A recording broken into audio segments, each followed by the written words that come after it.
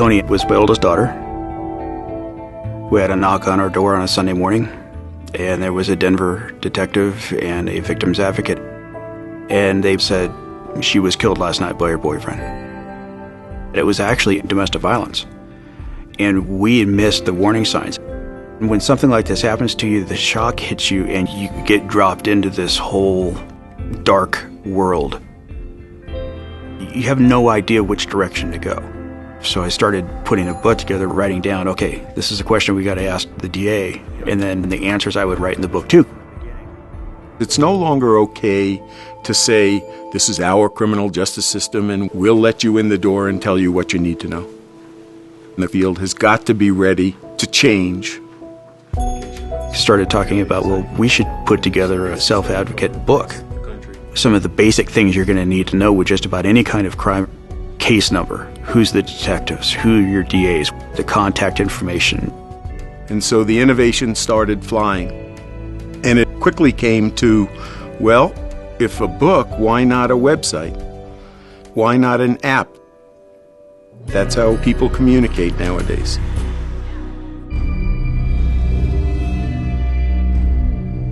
Technology has always been sort of part of our DNA.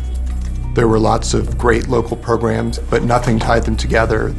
So RAIN came in and started the National Hotline, which is routed directly out to local crisis centers.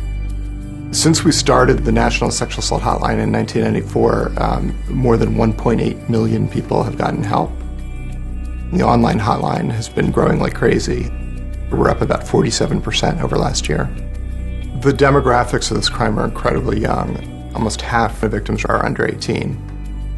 We've got to keep pace and reach them in the way that they're communicating. Many sexual assault victims are dealing with PTSD. And so we created a mobile app that allows them to create a self-care plan.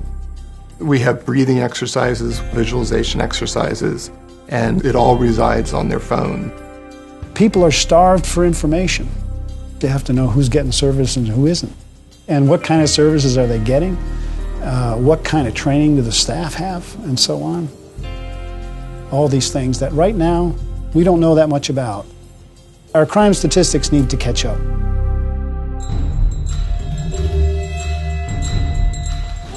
How you doing? Good. We've got a great start at building a really systematic response to trafficking victims in the United States. But there are these key gaps that have consistently been a challenge. And so much of that is about making sure that a victim service provider who's maybe not addressing trafficking right now has the capacity to also identify a trafficking victim. There isn't necessarily a comprehensive array of data out there that says, here's all of the people that we haven't identified yet. The world has changed in a way that our old descriptions are no longer relevant. And the victims area is certainly one of those. The victimization survey has been probably the biggest source of information on victims that we've had in our repertoire. We're trying to mount a survey of victim serving agencies. And the practitioner side is eager to get this kind of information. You can begin to look at the effect of programs, not just projects, but programs, if you have good data on the magnitude of the problem.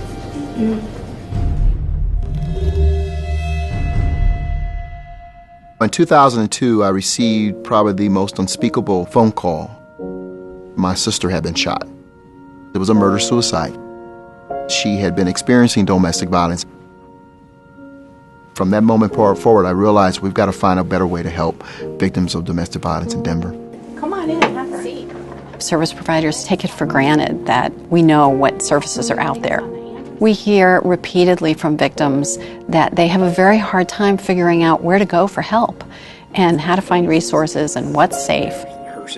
We have to say we're open for business here, and we can wrap services around you in a way that is defined by what you tell us you need.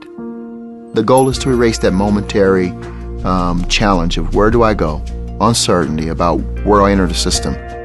What we're trying to do is provide a wraparound service. If they need childcare, if they need shelter, if they have a pet that's locked up back at home, they can go to one place and find all of the agencies that they need to contact. When service providers start talking to each other and having working relationships with each other, it really helps increase the quality of services that victims get. And that's where we are today, is building the public and private partnerships that are necessary to really be a game changer for crime victims. We need innovation and we need new ideas. The Partnership for Freedom is about trying to build kind of a consistent level of expertise across the country, looking for ways that we can actually take those innovative solutions and bring them to scale, and making sure that there's a way that service providers and law enforcement are talking to each other, that there's information flowing back and forth. We have to have a new energy that says we are going to do these things together. We're going to deliver a greater service to a broader group of people. The demographics of our country are changing. The technology of how we deliver service has got to grow with the changes in our society. That's the challenge to all of us.